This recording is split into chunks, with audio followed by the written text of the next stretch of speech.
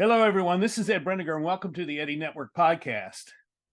And this is a First Conversations edition where I'm bringing back people from last year who are guests on the show, and our episode was the first conversation that we had ever had. There are actually 54 of those, and you can find a playlist on my YouTube channel of all 54 of those first conversations. And yes, this is how we can start a conversation with someone that we don't know, by approaching it without an agenda and approaching it with curiosity. And that's what I did with my guest today, Trevor Waldock. I knew he was a leadership guy, but I didn't know much about what he had done. And I found out that his extensive work all over the world is rather phenomenal. And I have great respect for him. Our conversation in this episode, though, focuses on a different topic, and that is the role of elders in society. I think you'll enjoy it. I think you'll find it fascinating. And if you're someone who is, say, over 50, it's something to think about in terms of what your life will be like after you decide to retire from your career. So welcome, Trevor, and thank you for the great work that you're doing. And thank you, everyone, for watching. See you next time. Bye-bye.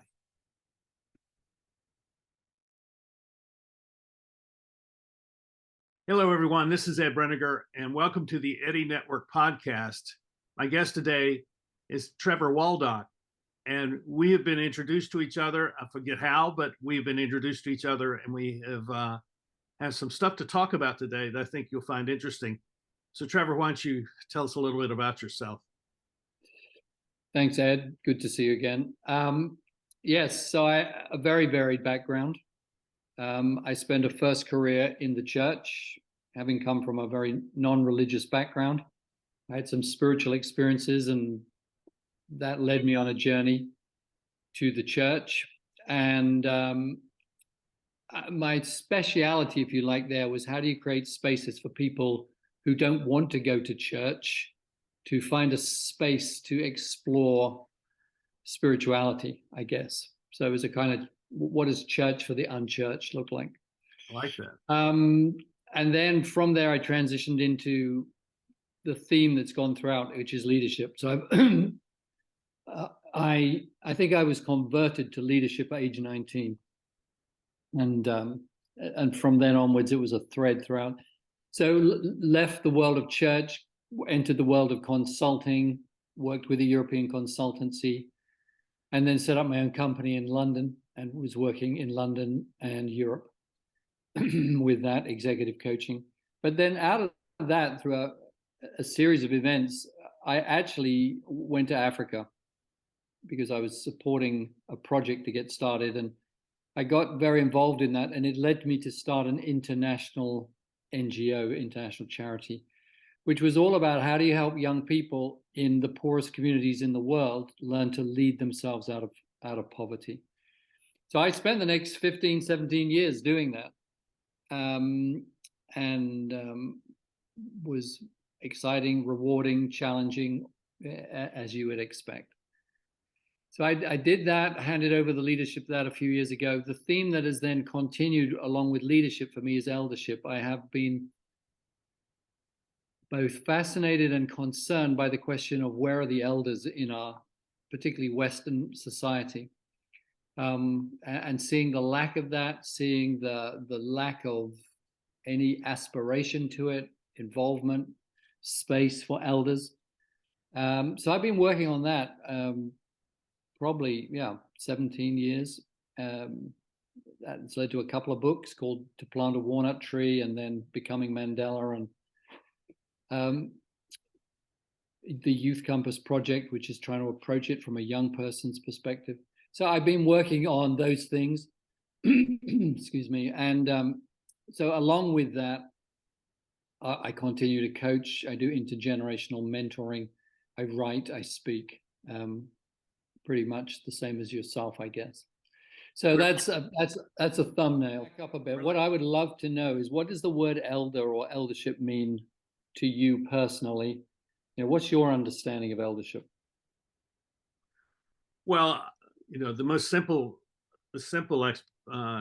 description is that it's an older person, but I don't think I don't think you become an elder by becoming old. I think actually eldership has a lot to do with experience and wisdom, and that you have wisdom to impart to people. And the challenge, I think, in the West is that we are so dominated by this belief in the inherent value of young people that they do not see beyond their own age to recognize that there's something for them to learn from people who have gone before them. Yeah. And have you had experience of elders in your own life? Yes, I have. Tell me about that. I mean, I'd love to know some examples of who were they, and how did they elder you? How did they do it? And was there something about their personal backstory that you think qualified them to be an elder to you? I think what qualified them was their character. And part of that character was their ability to cross over generational boundaries and to communicate with young people. And I'll give you a couple examples. I too began my life working in the church. I became an ordained Presbyterian minister, and I'm still an ordained Presbyterian minister. I retired last year, but I'm still an ordained minister. But I just chose, early on to go into leadership work, and so that's a different story. But so my first job out of college was to do high school ministry, and I was in a training program, and there was this nonprofit organization had been doing high school ministry since the early 40s, and this was it. So this was in the mid 70s, and there was a man who is a part of the program. The trainees would come together in the summer for classes. We're taking theology classes, biblical classes, theology classes, counseling, things like that. And this older gentleman who had been with the ministry since its founding, so he was up in his 70s at this point. He spent a lot of time with us, just getting to know us and talking about what we were going to experience, and asking us how we would respond to a situation. And so he helped us to think through how we would do this. And then the other person I'm thinking of is my high school football coach. Okay. I went to an all-white high school back in the old South of the 1960s. And my senior year, we had an African-American head coach that came to coach us. And as you can imagine, that was a very tough situation. And watching him function in a complex, very racially charged environment with such dignity and self-respect, that it became he became sort of the model for me and how I wanted to live. To live with dignity and honor, and to treat people with respect. Those are things that I saw in him, and have sought to model in my life ever since. Wow. And just tell me a bit more about what you think their backstory was that qualified them. I mean, you've given some hints there, but I don't think it's necessarily the backstory. I think it's how they approached the way they live their lives. I think they were self-critical and were willing to change. I think they had a lot of self-awareness, and as a result, they had a sense of who they were and who they wanted to be, and that was, in many respects, that's the value of eldership that gets communicated to young people, particularly if they're in their teens and early 20s.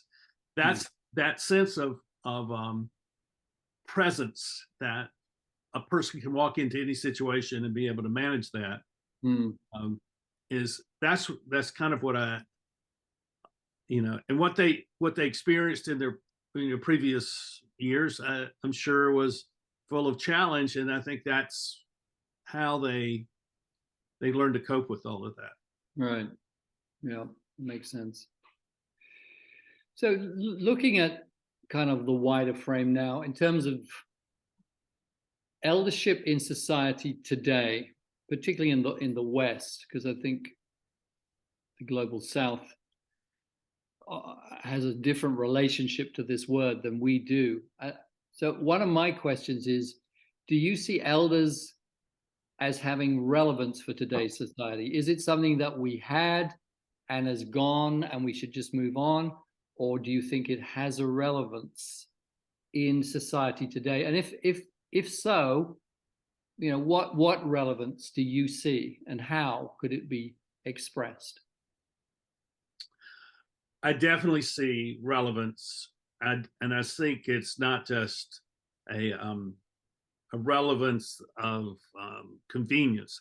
I think it's an essential thing, and it's a critical need that we have. And I would describe what I see. I seek out young people. I seek out people who are millennials and Gen Zers. If I'm in a if I go to a coffee shop and there's a young person sitting, I will go sit close by and I'll say something to them. I'll try to start up a conversation, and because I want to learn from them. So that's the opening, is tell me about who you are. I want to learn from you. So I use the language of mutual mentoring. So they need to mentor me so that I, as an older person, can understand their generation. Then I say, well, here's what I experienced, or here's what I learned, and that's really important. But maybe the most significant thing I see that elders offer to young people in the West is a belief in them, that we can say to them, you have something to offer to the world. And I believe that if you were to find that and to give yourself to that, your life would be full and rich, and you would be making a contribution. You'd be making a difference that really matters. And I try to have that conversation with every young person I end up in some kind of conversation with. Right. Wow. So let me give you one other example of this. So I'm in, just like you, I'm in a number of groups that meet on occasion, some weekly, some quarterly, some monthly, some bi-monthly, and for conversation. And I was invited into one last year, and I met a young woman who is a law student in Switzerland. And I reached out to her. We were on LinkedIn together. I reached out to her, said, let's talk, and we had a conversation. And she's leading a leadership group at her university. And I said, so I asked her, I says, are any of the faculty at your university mentoring the students in your leadership group? And she says, oh, no, they don't do that. And I said, well, let's create a mentoring relationship between me and the people in your group. Let's talk. I mean, I don't want to lecture them. I just want to kind of a conversation with them. Yeah. So we set up we had an hour and a half, and I said maybe 5-6 minutes of stuff about leadership. And then I asked them to talk and tell me what kind of questions you have.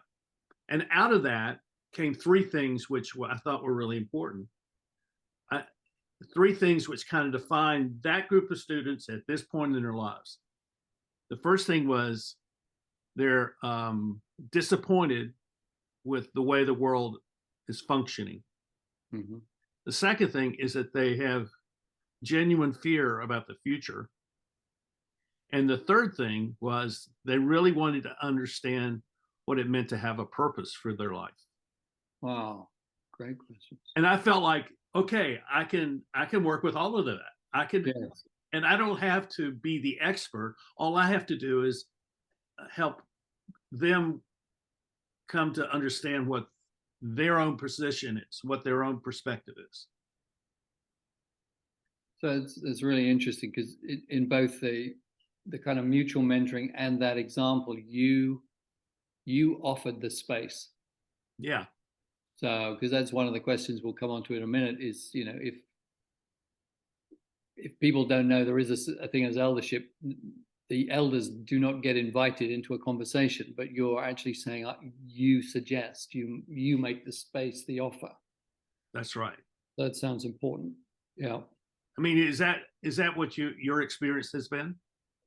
Yeah, I think it is my experience, and it's also one of my biggest questions. Is how do we, number one, how do we help people of our generation to aspire to be elders, to convert all of that life experience into something that they can then invest and contribute into the next generation. So there's an aspirational issue. And how do we then also help young people to aspire to become elders from a young age? So there's that whole part which has my attention. But the other bit is this question, well, how do you create channels, avenues? I hate to use the word structures, but pipeline, whatever the structure to this. It's like, how do you make it happen? Because what I see is a lot of older people who haven't become elders, but I also see some older people who I think have become elders, but they don't know what to do with that. They don't know how to offer it, because they are not being asked, and they don't know how to offer. Okay, so this is the way I see it, and this is a larger issue than simply related to elders. I think much of how our society is structured through organizations diminishes people's sense of responsibility and the opportunity to make a difference that matters. And so they do their job, they get their pay, they have their leisure time activities, they have their hobbies, and then they have their children, they have their grandchildren, and then they retire, and they retire to a very serene, pleasant life. And the thought of actually, I mean, what I find of people who are older than me, they go out and do things, but they're doing things. They're not actually building relationships. They're not building relationships that can be mentor relationships. They'll go and work at a soup kitchen, or they'll go in and work at some kind of shelter or something like that. They like the idea of doing something, but the relational side of that is not as prevalent. And I think it's because in many cases businesses have not done a good job of creating an environment for relationship building. Right. And so people come and do their job, and there's a connection, but it's all on pretty much a transactional level. Get around the doing. Yeah. Yeah. So that's kind of what I see. And so if I think what we have to do, if we're kind of see ourselves as in this eldership role, then we have to be the elders to other elders in that. Okay, let me just pick up that point because it's crucial. You said if we see ourselves.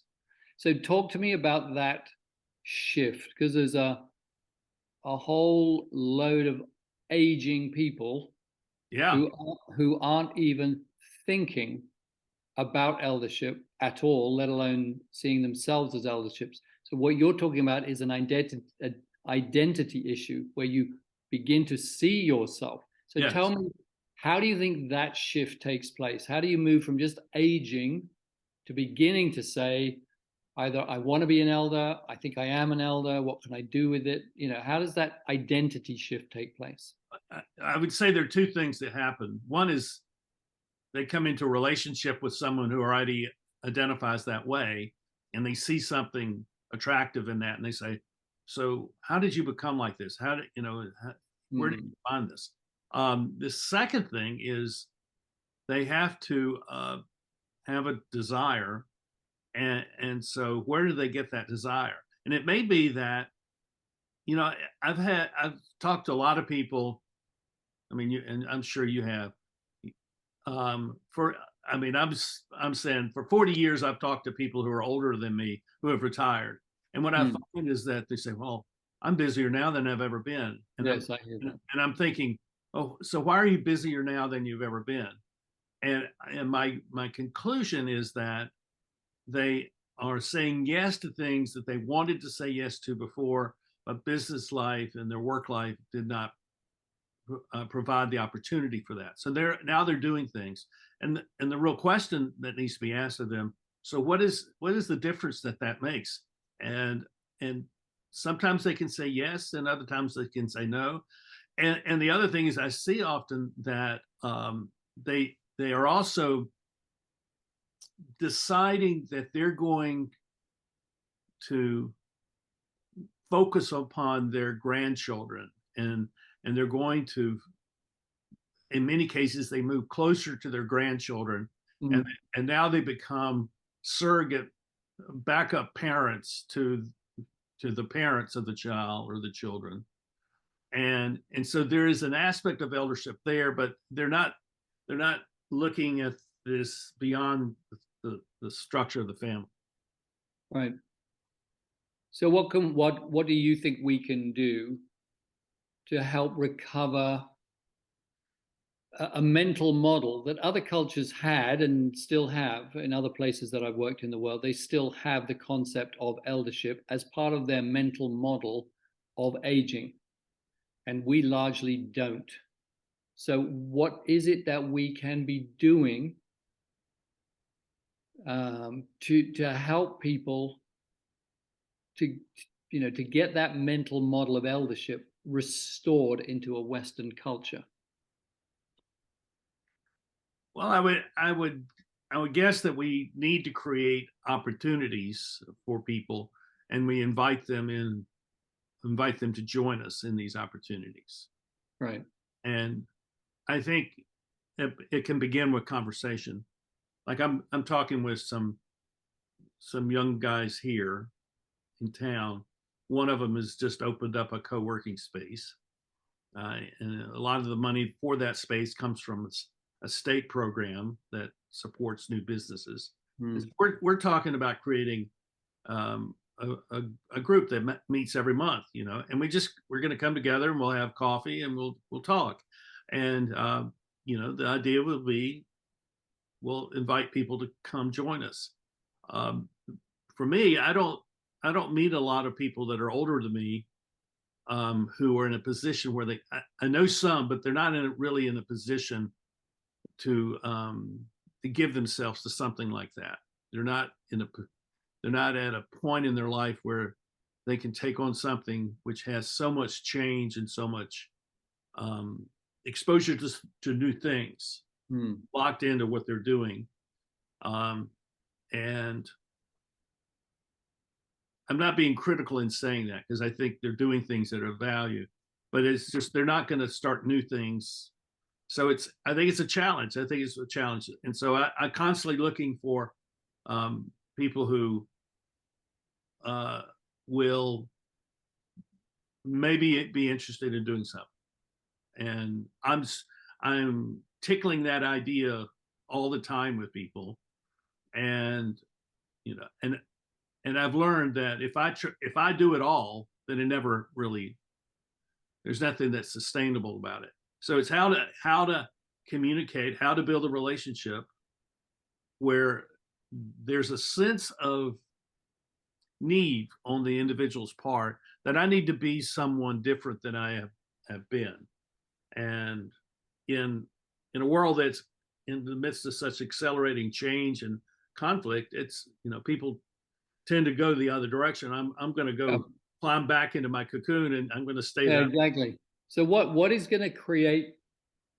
I'm just trying to dig into this a little bit deeper. What is going to create that kind of sense of disruption, questioning, that's saying, I want to be different? What's going to create that in someone? I think they have to be asking questions first. Right. I think we have to be available to them. I'm finding that the vast majority of the people who are signing up for my Substack are not millennials and Gen Zers. They're older. They're Right. Gen Xers. They're boomers. They're older. So, and they're people overseas. So it's Interesting. yeah. Oh yeah. And that's to me that's kind of a measure, a thermostat. It's not a thermostat, a thermometer of what is taking place. Mm-hmm. It's So you said they need to start asking themselves questions. If I was to say to you, what are the questions you would encourage them to start asking themselves? What questions do you think you'd come up with? well, I would ask them. I actually have 5 questions that I ask. So let me just. Okay. I call these the 5 questions that everyone must ask. The first question is, what has changed, and how am I in transition? So I want people to look back in time, 6 months, 18 months, 10 years, whatever it is. They decide that, and try to understand what is the pattern of change that's been going on in their life, and what is it.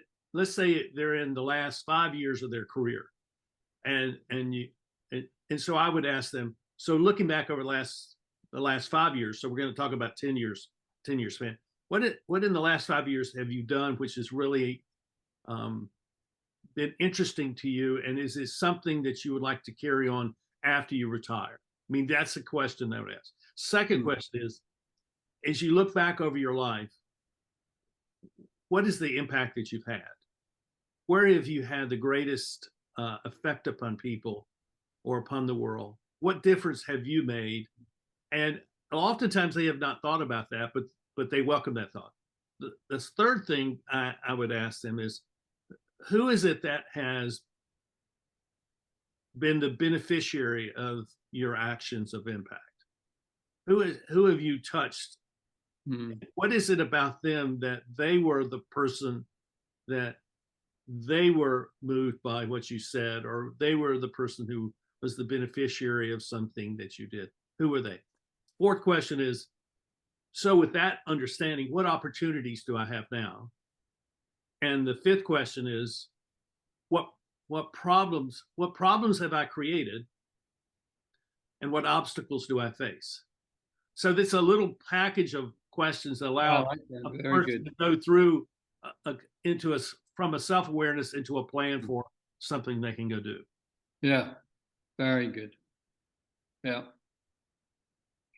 And do you think the word eldership, when let's say you've engaged with someone with those questions, and do you think the word eldership helps or hinders? Is it a word you would add into the mix or keep away from the mix? I think I would add it, because I think what you and I are talking about as eldership is really a form of mentorship. We're building relationships where we're going to have influence and impact upon people. And so I would describe that first and say, for people who are in our age range, what we're really are talking about is eldership, and how we, and in writing down some notes on your questions that you sent to me, the first thing I wrote down was our understanding that we are sages for the time that we're living in. We have seen things, we've experienced things, and maybe we have come to understand things, and we offer that sage wisdom to people, even people who are our age who may have not been had the benefits of the things that you and I have had, where we were taught and learned how to process things. We learned how to discern things, ask questions. And so we help them to and in that case, that relationship, I would say, I would go seeking for what is the wisdom that this person has that they can communicate to the world. No, very good. It's shifted back to young people. How can we help young people to aspire to becoming elders? So let me just put a bit of background around that. So cultures that I've worked in where elders are part of the mental model, the fabric of growing, a young person from a young age is conscious of eldership. So they are mentored by elders. They're taken through rites of passage by elders. Mandela had elders formatively in his life from cradle to grave, literally. So that his model was always going to be, that's where I'm headed. How can we help young people to begin to aspire to become elders? And part of what I'm thinking about here is, how do we break the model? We can break the model by trying to address people our age, but we could also break the model by trying to get a whole new generation of people aspiring to become elders as they move and age.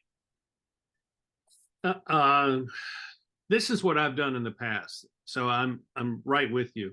I had an opportunity to speak to a high school group in Vienna, Austria, 5 years ago, and it was just one of these. I was at a conference, and these 2 high school students came up to me and the guy I was having lunch with, and they just started talking, and I said, could I come to your high school and speak? I'm going to be here all next week. And so they thought, hey, that sounds like a great idea. So they called their teacher, who was somewhere else in the building, and she called the headmaster at the school. And that was a Friday afternoon. On Monday morning, I was at the school, and I did a presentation, and I talked to these students about this, about thinking about their life, the full extent of their life being a life of impact. And I broke it down in terms of, well, you could do an impact a day for the rest of your life, and that would be significant. But what if you were to create organizations where you're having an impact every second of every day for the rest of your life? Think of the millions of moments of impact that will come from your own initiative. So it's helping people to think that their whole life can be lived as a person of impact, and that when they get to some point after their career is over, they have really the second career of being, in our language, being an elder. And they're going to go. I said, I want you to think about this. Think about asking yourself on your 100th birthday. What was it? Was 83 years from now, on your 100th birthday, this is what I want you to be thinking about. Who have I made a difference in their life, and what has changed? And I said, if you all, there's about 125 in the room that day. I said, if each one of you decides to do this, and you together do this for the rest of your lives, you will change this world merely by the fact that you were here today, and some guy that you don't know suggested an idea that you took, and then you ran with it for the rest of your life. And that's the potential that resides in what you and I are talking about. It's how to think about that transition from where I'm bounded by career and work to I'm unbounded to be a person of impact, to be an elder, to have a difference, all the way through to the very end. Yeah. So it's interesting, because one of the things I've been thinking about a lot is we need to live with a higher order of question in our life. Mm-hmm. So, and by that, I'm kind of drawing a line in the sky here is, one line is the career line. I go to college or wherever I train, I get a job and I follow that through. And if you follow that through it then stops because you can't do that job anymore. And that's then called retirement. Right. And it strikes me that the eldership question are the people who have been asking a higher order question, which is why am I here? What does contribution look like? So what you described there, your Austrian experience, is you mm-hmm. were able to help a bunch of young people begin to ask the higher order question. And that's what the students in Switzerland were also asking. They're asking that higher order question. And maybe that's the secret is how do we help people who are young begin to ask those questions? And at some point they're going to realize that they're going to be an elder at some point, and well, they're going to be older. They're going to be older, and that therefore they can become a they can become this role of elder in the world. Yeah. So why do you think that many people get older, but not all of them get elder? What's your take? I think they tend to be followers, and they're getting their signals from people and groups and sources of information that do not have their best interest in mind, and so they become sort of emotionally isolated from what is possible. Okay. And what creates that? They're growing up in this world, they're going to work, families around, and how does that happen that people can just remain like that?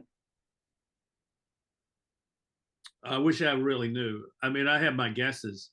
I think there's a lot of insecurity. I think it has something to do with how they were parented as a child. I think, if the parent is domineering and doesn't allow the child to grow on his own or her own, I think that's part of it. I mean, I recognize with my children, I have 3 that are all in their 30s now. Early on, I think my oldest, when I realized this, my oldest was 12 and my youngest was 6. And I realized, I need to start treating my children as adults. And so they would ask a question, and I would return the question to them and say, let's talk about this. What do you think? What about that?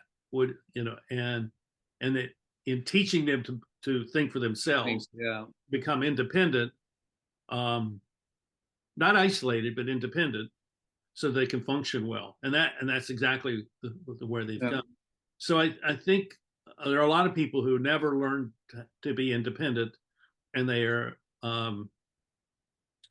as one of my sisters was talking about, being a rule follower. They're rule followers, and so whatever the rules are, they're going to follow those rules. I think it's a personality, it's a temperament, maybe it's a personality trait. I don't know. I haven't really looked into that because I'm not sure that it helps actually change people who are stuck in kind of a conformist mindset. Yeah. And it's interesting because I don't think that's a liberal or a conservative thing. I think it's something other than that. It's not ideological. It's something emotional. And so that's very helpful. So any closing thoughts at all around the issue of eldership, aspiring to it, growing as one, offering it, anything at all that we've not covered? Well, yeah. Oh, yeah. I have lots to say. And I think it all begins with relationship. When I started my podcast network, my network, at the Eddie Network podcast 2 months ago, Hmm. I decided it was going to be an experiment in network building. Yes. So I'm asking people, who do you know that you think I should know? And you think that because they would be a good person to interview. And would you introduce me? So I'm building this thing around the idea of being introduced to people. And Yeah. when someone introduces me to someone that they believe is a friend, or someone they believe maybe I can help, or maybe they can help me, then that networking, that relationship building, I think is where a lot of this really can take place. And, Right. I mean, I was introduced through LinkedIn to a guy last year, about a year ago, and I won't go into the whole story, but I ended up, 2 months later at his home, having spent a day with him and meeting his wife and his two kids.